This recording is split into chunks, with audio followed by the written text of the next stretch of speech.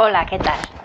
Aquí Débora. Bueno, hoy traigo un tema que es el de las enfermedades de transmisión espiritual. Ahora explico un poquito con más detalle a qué me refiero.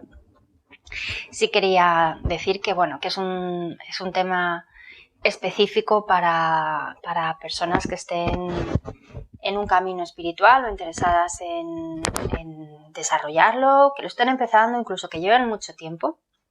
Si no les suena nada este tema, puede ser interesante que escuchen sobre él. Pero si realmente no es tu caso, pues va a ser un vídeo un poco aburrido e incomprensible.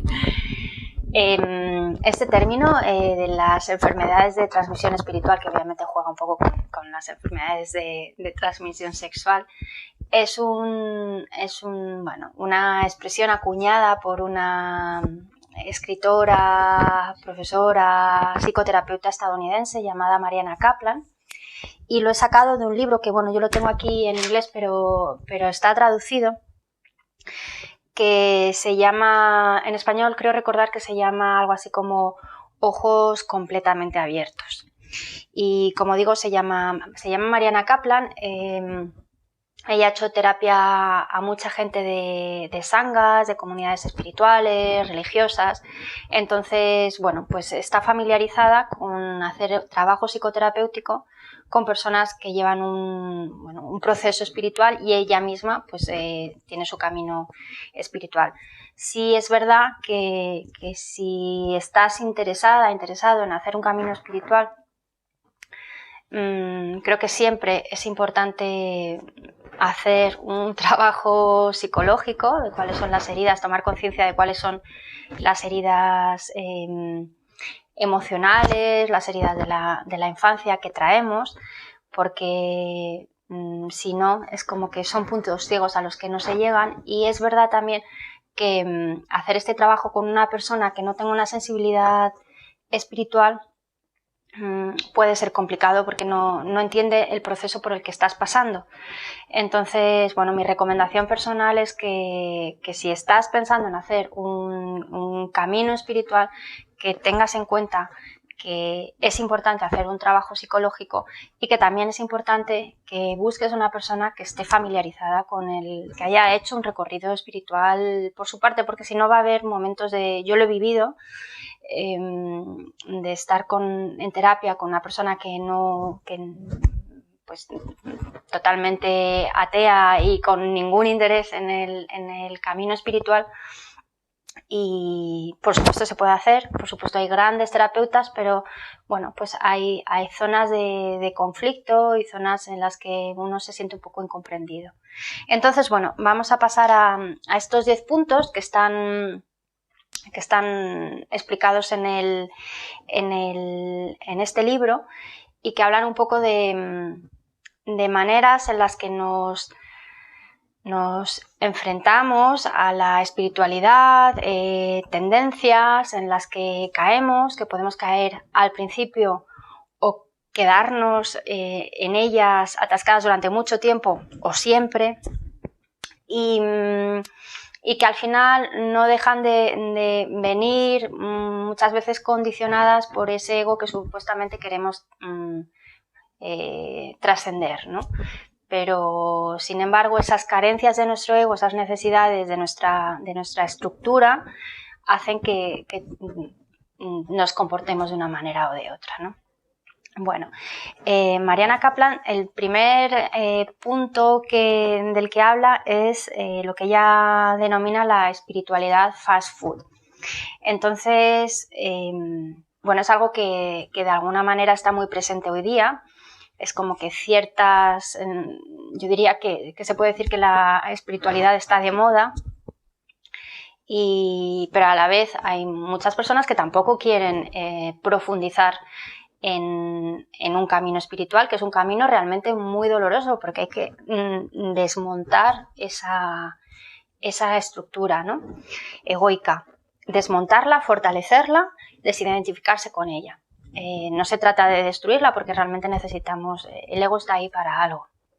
Entonces, bueno, pues sería el picotear, el hacer un poquito de una cosa, hacer otro poquito de otra cosa y quedarse en un nivel así muy, muy, muy superficial, ¿no? Esto sería lo que ella llama espiritualidad fast food, que bueno, pues también porque es como la moda, ¿no? Pues ahora la moda del yoga, cuando antes era la moda del aeróbic, bueno, pues ahora todos somos espirituales. El segundo punto del que ella habla es la falsa espiritualidad. Y con ella, para mí lo que lo definiría, lo describiría mejor sería lo que, pues esta frase tan antigua, este refrán de el hábito no hace al monje, bueno, pues creerse que el hábito hace al monje. Entonces, pues llevar una determinada estética, pues no sé, llevar pulseritas con las cuentitas, con los malas, o el collar con el mala, o llevar una determinada ropa, o ponerse un o bueno, son cosas que se me van ocurriendo, como si el disfraz, ¿no? como si esa cáscara significara que tú has hecho el trabajo interno. De nuevo, esto podría ser una fase, pues, y de ahí no paso, y al cabo del tiempo pues ya se me quita el interés porque nunca llego a ser un interés muy profundo, o bueno, eso se puede trascender, o me pueden quedar coletazos un poco de esto con el paso del tiempo, ¿no? El tercer punto del que habla ella es la tercera enfermedad espiritual, es el de las motivaciones confusas. Esto tiene mucho que ver con por qué llegamos al camino espiritual, ¿no? Y bueno, muchas veces llegamos por una serie de carencias que tenemos y nos volcamos en la tradición, o nos volcamos en un maestro, en un gurú, para que rellene esa necesidad que yo tengo, ¿no? Que en la vida cotidiana parece que no se me está viendo nutrida, alimentada. Entonces, bueno, pues puede ser el deseo de ser amado, el deseo de ser reconocido, el deseo de sentirse especial, de sentirse mejor que los demás. Al final es una forma, en lugar de estar deconstruyendo la personalidad y entender que somos algo mucho más amplio. Al final se está buscando la espiritualidad para realimentar esa estructura, ¿no? Entonces, ¿qué ocurre? Que muchas veces, como esto no se consigue, como la espiritualidad no te da eso, al final pues terminas un poco como rebotado y terminas dejando a tu gurú, dejando la práctica y haciendo algo completamente diferente, ¿no? Pasa mucho de gente que se mete muy profundamente en una tradición, que incluso, bueno, pues se convierte al budismo, lo deja todo, incluso se hace monje, y al cabo de, pasa mucho con los occidentales, monje budista, y al cabo de 6 años, 7 años, lo dejan absolutamente todo y rompen totalmente el contacto con la práctica, ¿no? Como una cosa muy, muy radical. Bueno, el cuarto punto del que ella menciona es el de identificarse con las experiencias. Las experiencias, ya, por ejemplo, los Yoga Sutras de Patanjali, que se habla siempre de los Yoga Sutras de Patanjali como la referencia del yoga, como el texto base o el texto inspirador. En los Yoga Sutras ya se habla de los siddhis, que son como unos superpoderes, digamos, ¿no? Como capacidades especiales, y ya se habla de esas capacidades que se pueden desarrollar con la práctica como obstáculos para la evolución espiritual. Entonces, bueno, aquí podría en algún momento pasar esto, que nos enganchamos, nos apegamos a las experiencias, pero bueno, también puede ser algo mucho más mundano y no tratarse de un siddhi, como pues no sé, pues estar algo que ocurre, por ejemplo, al principio, si meditamos, por ejemplo, con los ojos cerrados, que vemos luces, vemos formas, y son experiencias que no hemos tenido antes y queremos volver a reproducir, ¿no? O sensaciones físicas y queremos que nos ocurran, ¿no? Y nos enganchamos más a la experiencia, nos creemos que la espiritualidad es esa experiencia cuando se trata de otra cosa totalmente diferente y más profunda. Bueno, el siguiente punto es el del ego espiritualizado. Esto ocurre un montón y hay personas que se quedan aquí igual siempre, mucho tiempo. Esto es como una especie de ego a prueba de balas. Entonces, es una persona con una práctica espiritual, con unas experiencias espirituales y que por el hecho de tener esas experiencias se cierra a los comentarios de otras personas, a una crítica constructiva y de alguna manera como que no los escucha, ¿no? Porque considera que como que el razonamiento es tú no lo entiendes, ¿no? Tú no lo puedes entender. Pero a lo mejor lo que la otra persona nos está diciendo, nos está indicando, es algo cotidiano, mundano, que no tiene nada que ver con esa experiencia trascendente que esa otra persona ha tenido, ¿no? El mejor ejemplo, Mariana Kaplan habla de los novios zen, ¿no? De cómo, bueno, pues en una relación una de las personas está intentando pues hablar de dificultades en la intimidad, en la relación, y la otra persona como que se escabulle y empieza a utilizar terminología espiritual o bueno, simplemente no se permite escuchar porque de alguna manera pues siente que está en otro lugar. Y solamente va a escuchar a las personas a las que él mismo está dando esa autoridad. Bueno, el siguiente punto, el sexto, la sexta enfermedad de transmisión espiritual es la producción en masa de maestros espirituales.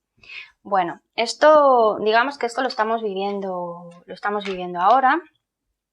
Hay como mucho más maestro espiritual de lo que realmente, objetivamente es posible, ¿no? O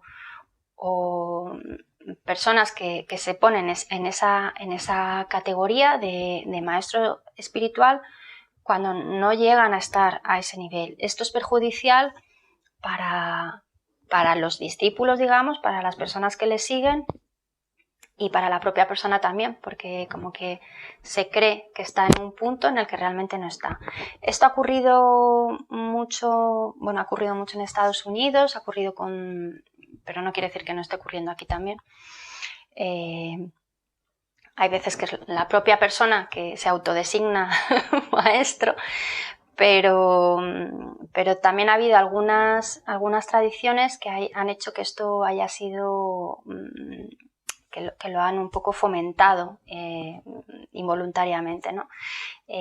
Ha pasado con el Zen, con distintas tradiciones que han ido como designando maestros y que no estaban no tenían ese nivel. Y bueno, digamos que es muy fácil que haya esta confusión en tradiciones en las que se habla de una realización repentina, ¿no? Y eso genera mucha confusión, que es exactamente una iluminación repentina. Bueno, el siguiente punto es el orgullo espiritual. Esto pasa cuando llevas muchos años de práctica. No le va a ocurrir a una persona así como novata, digamos, pero cuando llevas mucho tiempo, ya tienes mucho conocimiento que puede ser un conocimiento teórico y no realmente integrado, pero tienes esta sensación de esto ya lo sé, esto ya lo conozco y bueno, actúas de determinada manera con personas que están como más recién iniciadas, ¿no? Y como, bueno, pues puede ser hablar y soltar mucho rollo, o puede ser como ciertos gestos, ¿no? Como una actitud de condescendencia, no tiene que ser necesariamente verbalizada, o puede ser como una actitud de yo ya he llegado, que hace que no se siga profundizando en el camino, que el camino es interminable. La octava enfermedad de transmisión espiritual es la de la mente grupal. Esto ocurre, bueno, pues en las comunidades, en las sanghas. Se generan unas relaciones de pertenencia y que realmente son relaciones de codependencia, una dependencia tóxica, digamos, ¿no? Entonces, se habla de determinada manera, la gente se comporta de determinada manera, se puede vestir de determinada manera, y si tú no sigues esas reglas, eres rechazado, ¿no? O si las cuestionas, especialmente viene con el tema del cuestionar, ¿no? Como que no se acepta la crítica. Es una manera de generar seguridad y para los que pertenecen al grupo, y cuando hay momentos, hay cosas así un poco confusas o turbias, bueno, pues se producen, por ejemplo, que afecten a los que están por encima, ¿no? Pues al maestro en cuestión, pues se pueden generar como muchas excusas que justifican esa acción, en lugar de decir, no, ¿qué pasa? Aquí esto tenemos que resolverlo, ¿no? A ver, siguiente punto. El punto del complejo del elegido, ¿no? Esto también puede tener que ver mucho con el grupo, pero también se puede vivir individualmente, ¿no?